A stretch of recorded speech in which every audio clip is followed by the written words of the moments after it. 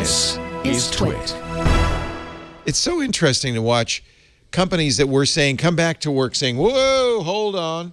Apple's now saying, yeah, probably next year, but we'll let you know. Yeah. I wonder if there's a new future where people are working remotely in almost every case. What do you think? Yeah. I think that is the case. I mean, so I talk to a lot of early stage technology startups, companies with 2, 3, 5, 7 employees. And in the last, 18 months, they've all become essentially default remote. They have a couple people in City X, and they have a couple people country Y, and they just kind of hired where they can. It's a hard talent market, and folks are online everywhere. And so to me, these big companies that are thinking they're going to be able to just command everyone to start commuting again and living in certain areas are kind of insane, because those same employees have more job opportunities than ever. And if they're in demand at the company, at the big tech company, they can get a job anywhere. And so I think it's a losing battle to say that you have to go to an office. And I think especially for smaller companies that are raising capital out there, selling shares to raise money to build their stuff, why would they spend that on rent? Well, it seems very archaic to me. Here's another data point. Housing prices in this area, which is an attractive outside of the city area, have gone through the roof, because I think a lot of people who work in San Francisco are saying, I don't have to be here. I can live in Petaluma or Marin or Sonoma or Napa. Well, to what Alex just said, the basic point too is the larger companies, I'm in a 12-year lease, Leo. I can't just not have people in this office because I'm a big company and I'm paying these leases. Smaller companies, yes, they can transfer because they're already nimble and yes. Yeah, and so for smaller companies, say, okay, we figure this out. This is working for us. It's great. Why waste money on rent? But for your larger businesses and companies, it's not like a 1 week or 1 month. They're not paying month to month. They're doing 10-year blocks. That's a bad reason, but I'm saying that's one reason. I'm saying that is one reason why I think there's also are saying come back, because they're seeing that money they're just wasting. Right. I think there's also this kind of industrial age conception of the workplace that is completely outmoded now. That we got an assembly line and you have to sit there and you have to put widget A in socket B. Wow. And even if you're an information worker, you're still acting as if you're on the assembly line. If your business doesn't have 10 meetings a day, what are we doing? Exactly. I think it's bad for work. I think it's bad for employees. But bosses, and as a boss, I kind of understand this. We want to look at our guys working. We want to know that they're doing something. And so this is very antiquated. This is industrial era thinking, not information age. I mean, I can't speak for myself, but as Aunt Pruitt, I can say that I've been doing a lot of side fun at home. I'm on the dime, Uncle Leo. I'm just saying, I'm out here doing. Did I mention that OnlyFans has 700% increase in the pandemic? Look, I'm just saying. did I mention that? A lot of people working from home. What else are you going to say, Alex? Oh, no. I'm just thinking about the workspace and getting stuff done and all that. I used to live half in Providence and half in San Francisco, and I was on kind of a 2 week schedule. Yeah, for years. And so I literally lived the working in the office and then working at home dynamic. And it's amazing how much more I got done at home, because I wasn't walking to a bus stop, taking a bus downtown in SF, going into an office, making coffee, talking to a couple of colleagues, then getting started. I just walked to my desk. And I start work earlier now. I've never worked more than during the pandemic, and I've never been so productive. And so to me, like the argument that bosses need to physically look at you is silly, because they didn't anyways. When I was in the office, all it did was make my life worse. And because we don't have offices in our office, we just have rows of desks. It's a miserable place to be. And so I'm annoyed it took a pandemic for us to realize that we didn't have to do this, but here we are. And I think if you look at the young tech companies, they show you the future of management to some degree. Google did back in the day. And I think we're going to a remote first world. What about, okay, I'm trying to think of what the negatives are. Because there is a benefit to being in the same room and kind of, look how we are jamming together, you and me, Owen, because we're in the same room, right? It makes a difference. So Leo, in one of the things that's happening also is that larger companies recognize that Alex is right.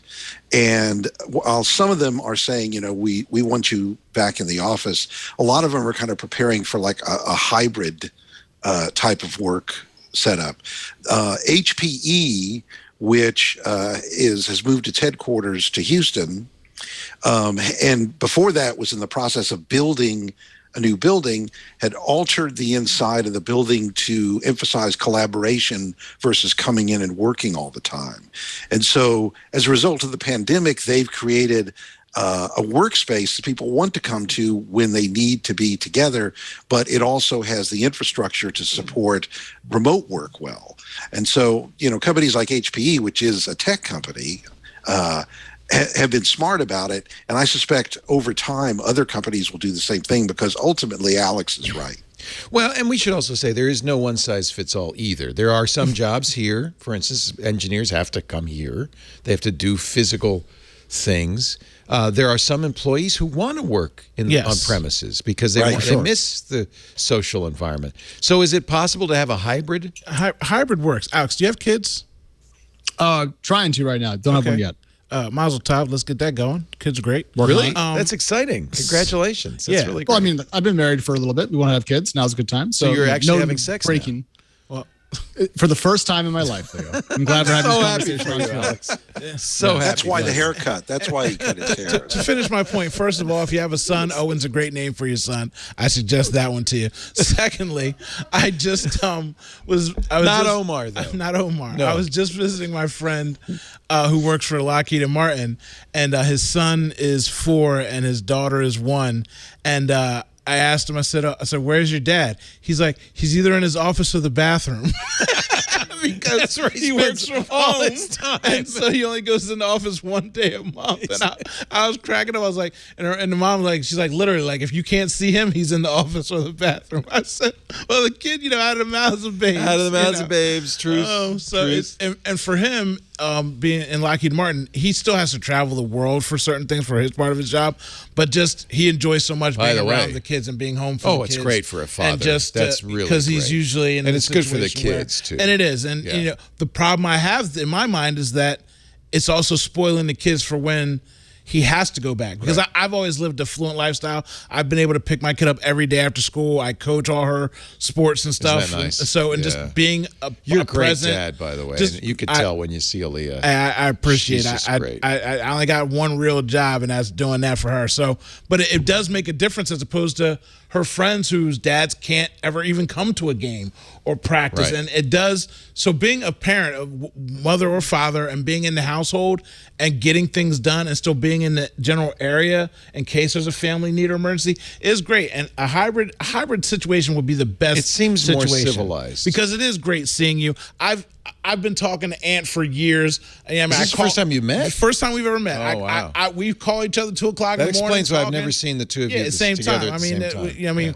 We spoke at the Black Caucus. We weren't allowed to join forces at the same time till now. But I've talked to him so much. I feel like I know him, and that's great. And it's virtual and all the visual things. Well, that's another thing that's changed. But being in changed. presence makes a difference. We do have technologies that for the first time ever make it possible for this to get done. Yes. I mean, this is something relatively new. Whenever my daughter gets down, I remind her I had to ride my bike 12 miles to see a girlfriend when I was down. I couldn't call and FaceTime. I couldn't see anybody. And even on phone, we had regular phones. I had to wait till some of the line wasn't busy. You know what I mean? So you're living in a world where you can actually see your friends, get into little group things. They're playing games together. They're streaming. So even though there's got to be some downside.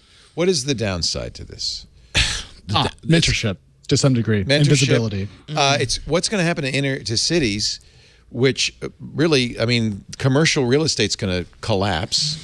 Yeah. By the way, airlines, you talk about business travel, but we already are seeing business travel die because companies realize we don't need to spend the money to do this. We've got Zoom. So actually, Leo, that's not bearing out the way you and I thought it was going to. I was talking to the CEO of a travel technology company. I forget if it was Trivago or someone else, but I was like, what's going to happen to business travel when we're all remote? We don't go anywhere. And he was like, well, actually, it turns out that companies that do go remote are flying their employees out for 2-3 times a year, kind of get-togethers to do this in-person stuff. And so this person, the CEO, I just forget who it was, actually was kind of bullish on the future of business travel. So there's another side to that argument that I didn't initially foresee. Yeah, but getting 100 employees to fly to Hawaii for a treat once or twice a year is not the same as sending your salesperson out 5 days a week.